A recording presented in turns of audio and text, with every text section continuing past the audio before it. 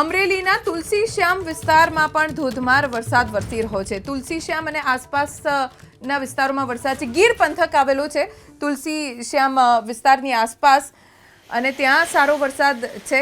જંગલ વિસ્તારમાં સારો વરસાદ હોવાના કારણે વાતાવરણ ઠંડુ થઈ ગયું છે।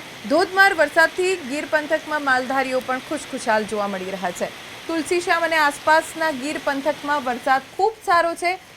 ચારે તરફ હરિયાળી અને વનરાજી ખીલી ઉઠી છે। સ્થાનિક જળાશયોમાં પણ સતત નવા નીર આવી રહ્યા છે। ખેડૂત આગેવાન મહેશભાઈ અત્યારે આપણી સાથે જોડાઈ ગયા છે। મહેશભાઈ, તુલસીશ્યામ વિસ્તારમાં કેવો વરસાદ? જી બેન, નમસ્તે। પહેલા તો ખૂબ ખૂબ આભાર આપનો। એબીપી અસ્મિતા અવારનવાર અમારા ખેડૂતોનો પ્રશ્ન ઉપાડે ત્યારે। અને વરસાદની વાત કરીએ બેન, તો અત્યાર સુધી જે જૂન માસમાં આપણે 15 જૂને નિરંતર કેરળનું ચોમાસું બેસતું ગુજરાતની અંદર, ત્યારે આજે ઘણો આ વખતે લેટ થયું છે આ વર્ષે, પરંતુ મોડો પણ સારો એવો વરસાદ આજે ફર્સ્ટ ટાઈમ પહેલી વખત જોવા મળ્યો છે અમરેલી જિલ્લાની અંદર।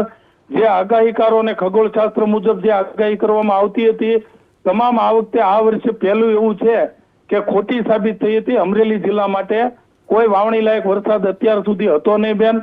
અને આજે મને જાણવા મળ્યું ત્યાં સુધી બેન, ખાંભા વિસ્તાર હોય, ધારી વિસ્તાર હોય, તમે તુલસીશ્યામ ગીર વિસ્તારની વાત કરી કે પછી અમરેલી પ્રોપર હોય, અમારું સાવરકુંડલા હોય, રાજુલા હોય, તમામ વિસ્તારમાં મેં રિલેટિવમાં હાથે ન્યૂઝ લીધા તો સારો એવો વરસાદ કન્ટિન્યુ બપોરથી શરૂ છે। અને એવો પૂર, નદીઓમાં પૂર આવે એવો વરસાદ તો બેન હજી પણ નથી, પણ વાવણી લાયક વરસાદ થવાથી અમારા ખેડૂતોમાં એક ખુશી વ્યાપી ગઈ છે। કારણ કે ઘણા સમયથી અમે કાગડોળે રાહ જોઈ રહ્યા હતા વરસાદની। કારણ કે ધરતીપુત્ર વરસાદ થાય ત્યારે જ ખુશ થતો હોય છે। ત્યારે બેન, હું પોતે પણ ખેડૂતનો દીકરો ને ખેતી કરું છું, ત્યારે હું આજે ખુશ છું કે મેં એડવાન્સ કુદરતના આધારે ભગવાનના ભરોસે મેં મગફળીનું વાવેતર કરેલું હતું અને એને જીવતદાન મળ્યું છે। ને આમ સમજીએ તો હવે એ બચી જશે મારું બિયારણ અને બધું ઉગવા લાગશે।